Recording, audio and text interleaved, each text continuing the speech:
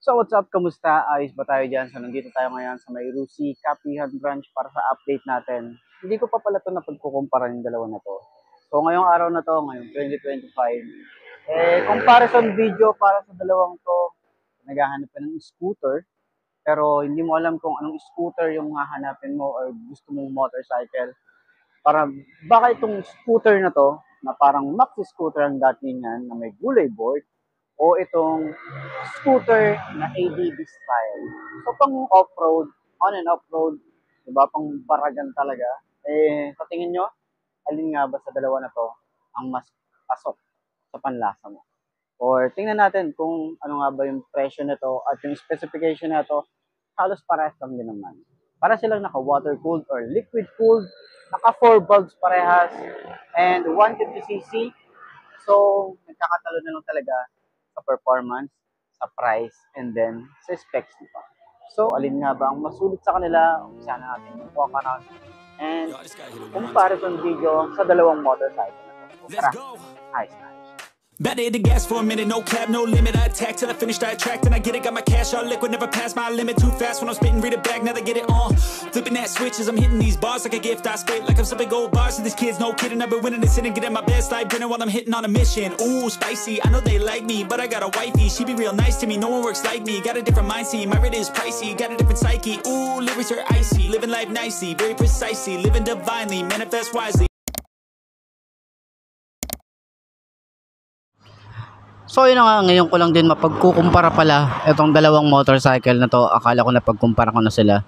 Pero last time kasi parang Flash 150X tsaka itong Adventure X yung napagkumpara natin. Pero ngayon, parehong scooter. Meron tayong Adventure scooter and then parang maxi scooter or mga scooter na talagang nakikita natin sa daan. So alin nga bang mas trip nyo? Walk around na natin, mini walk around kasi meron naman na tayong datong walk around kada isa para sa motorcycle na to. Kasi marami din nagtatanong kung alin bang mas gusto nila, itong Adventure X or Sparkle, di ba? Alin bang mas trip nila? So sana makatulong tong video na to sa mga nagdadalawang isip na bumili ng ganitong motorcycle. So sana natin yung walk around, ayos na ayos yan. So yun na nga, syempre sa Adventure X, meron tayo ritong adjustable windshield. So clear naman yan. So pag para i-adjust siya, hihilain nyo lang siyang ganyan. Ayan, 'di ba? So meron pala tayo ritong Rusi. Ngayon ko lang nakita to, may logo sila dun sa ano. Hindi ko alam kung nakikita nyo. Ayan, may logo sila rito ng Rusi. Tapos parang carbon fiber finish pala yung part dito.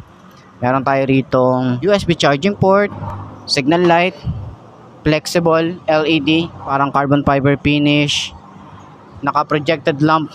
Ayan, mayroon tayong park light dito. Lahat naman nito ay naka-LED na. Pero ang ganda nito, projected lamp. Tapos nandiyan na rin yung high and low. Dito naman kay Sparkle, meron nag-comment dito na meron daw siyang unit na naka-brake lock or meron siyang brake lock dito. Pero chinek ko yung mga unit dito, wala akong nakita. Ang alam ko lang is yung Breeze, meron siyang brake lock. Ayan.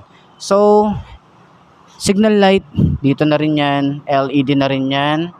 Okay. Tapos ito ay LED rin, pero hindi siya naka-projected lamp. Malay naman natin sa version, mga naka-projected lamp na siya, 'di ba?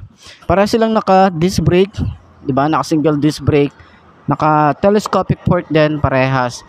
Ayan, single disc brake, dual path caliper, and meron tayo ritong magandang mugs. Tubeless na rin to. Ang size dito ay 90 by 80 by 14. Ayan. Ganda ng tires, oh. Dito naman is maganda rin yung kanyang fender. Meron tayong rubber boots para sa kanyang telescopic fork. Meron tayong reflector side by side. Meron tayo ritong combi brake.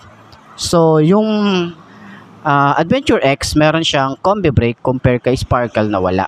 Yung brake pad neto or yung itsura ng brakes niya is parehas nung kay RFI. So, pwede nang kasukat to nung kay RFI, di ba? Yan, so same lang din sila ng brake pads kung magpapalit mo kayo ng brake pads. Tubeless na, and then Cordial yung kanyang brand. Naka dual sport na yung ating tires. Tubeless na rin to. Ang size neto ay 110 80 by 14.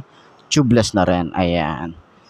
So, Sa kanyang panel gauge is naka-digital.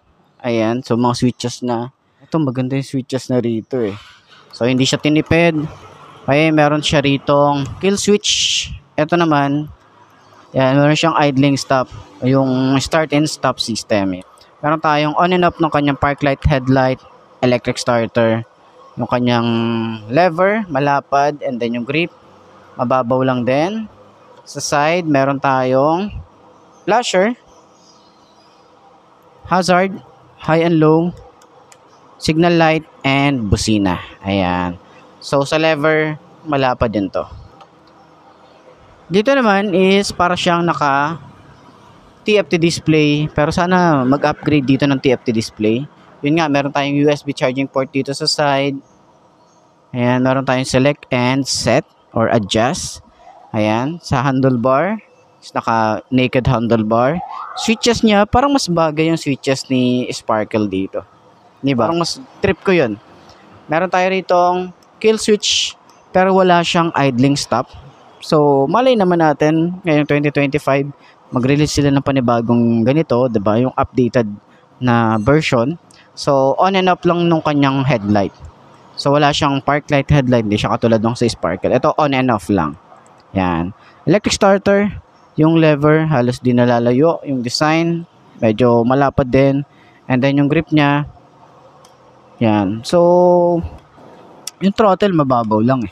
Diba? So, dito naman, meron din tayong flasher, high and low. May hazard switch din tayo rito. Signal light, busina. Ayan. So, meron din tayo rito ang compartment. Ayun, no? So, malalim din yan. Pwede tayo maglagay dyan ng mga gamit na pwedeng kasya dyan. Ignition, susi. Yan ang itsura, yan yung datingan. So, dito na rin binubuksan yung ating gas tank. Ayan. On lang yan. Okay, yan o. Kita nyo naman. Tapos malalim. Okay. Yung upuan dito rin, pupush nyo lang yan. Okay. Open na yan. Ganyan ang itsura niya. So, naka-hydraulic naman yan. Or parang naka-hydraulic seat na rin tayo rito na may extension. And then, kasya rito yung ating full face. Yan ang itsura niya. Okay. Dito naman, yung ating ignition is maganda rin naman. Meron din tayong shutter lock dito. Ayan yung itsura. Tapos yung susi niya.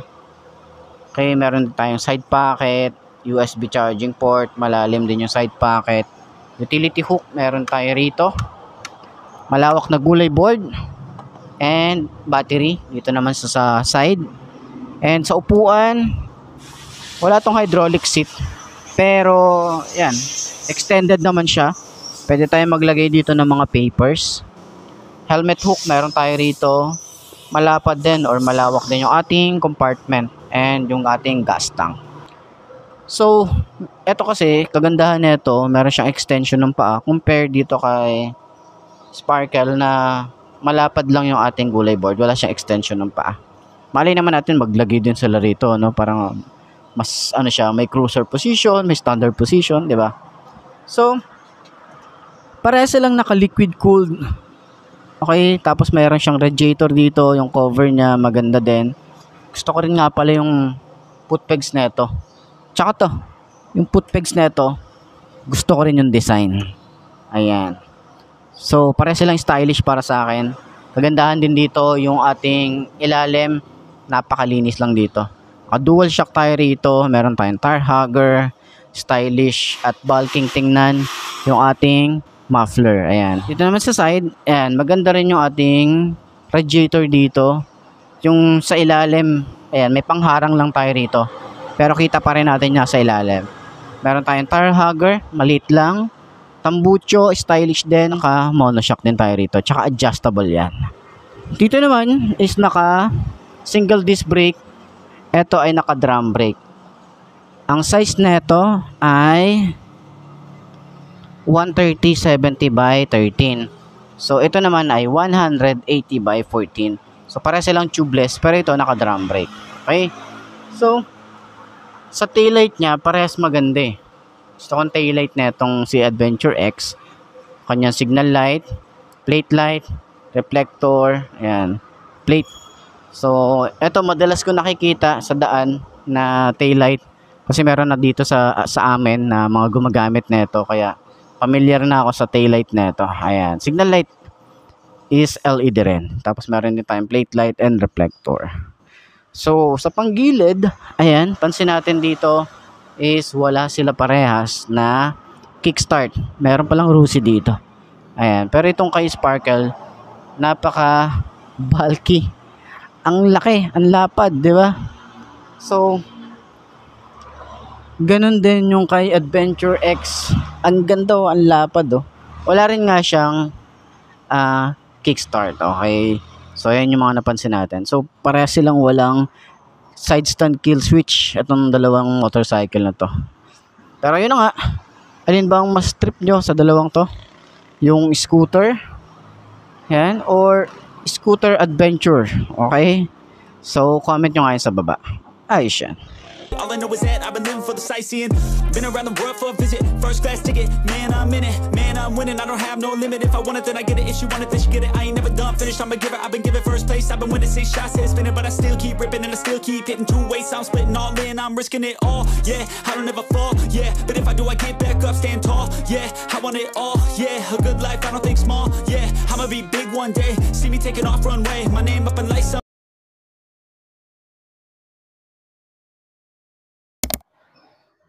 So, yun na nga, upuan natin itong Adventure X 150i ng Rusi.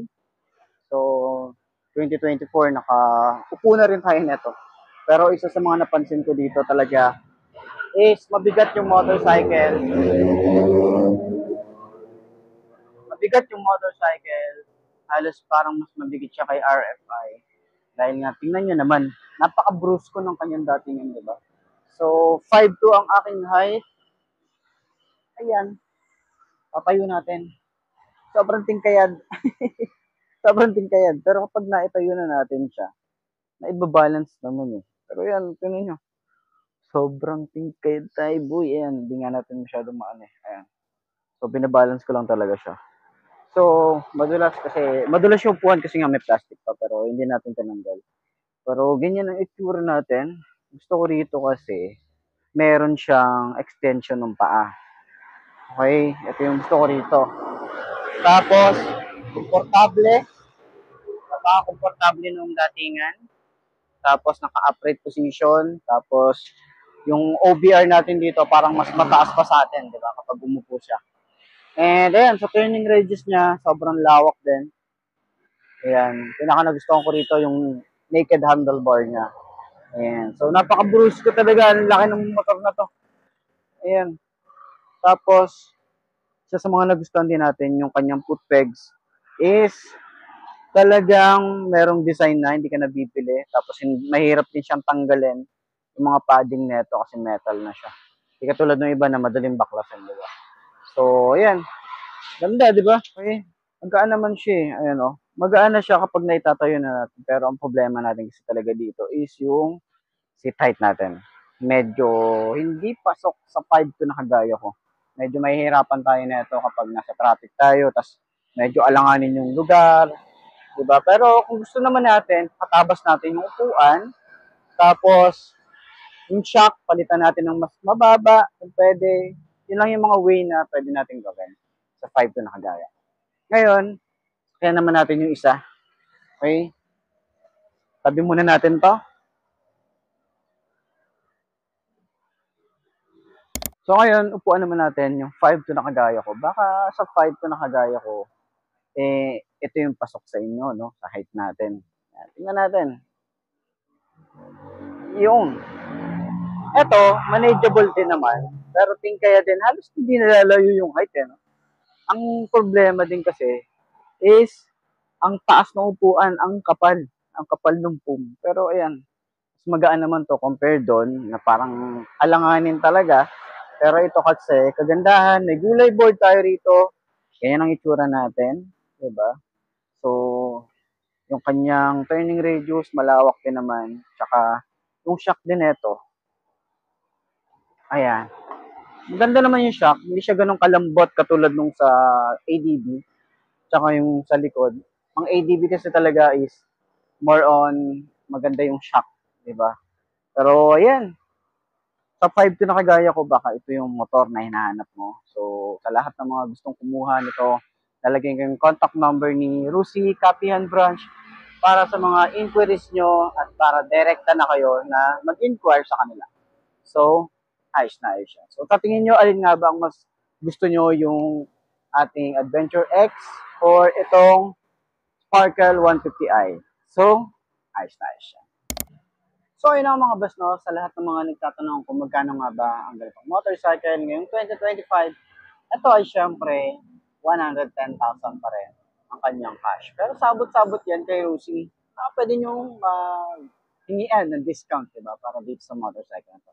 Lalo na kung avid fan ka ng Rusi. So, tsaka good payer ka, okay? So, yun na nga, sa lahat ng mga gustong kumuha nito ng hulugan, ipapakita ko na lang din dyan yung kanilang down payment, yung terms nila na months, okay, hanggang rebate, nandyan si screen nyo para at least meron tayong idea kung magkano nga ba yung 2025 itong motorcycle nito.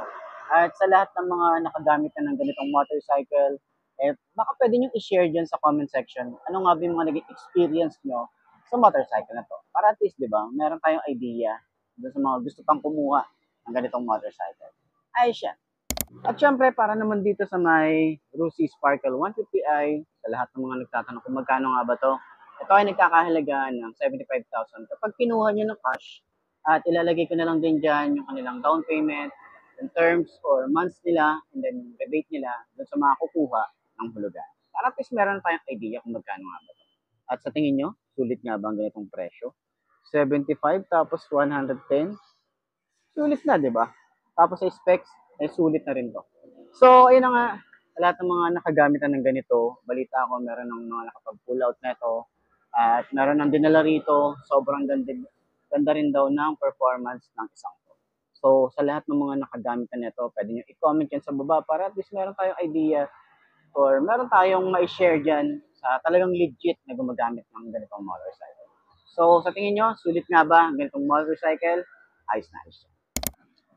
So, yun ang mga boss, no? Ito na ba? Or ito, ang motorcycle na babagi sa'yo. Kung ito na nga, ay markahan mo na yan kung subscribe ka na sa aking YouTube channel, i-click mo na rin yung notification bell para updated ka sa lahat ng videos na upload natin. Dito araw-araw sila yung tatandaan, wala sa brand ng motor ang itatagal yan. Hindi na sa pag-aalaga mo yan, tatagal yan, ayos na ayos yan. So, kita ka na lang ulit tayo bukas. I'm Mark D. Ciao.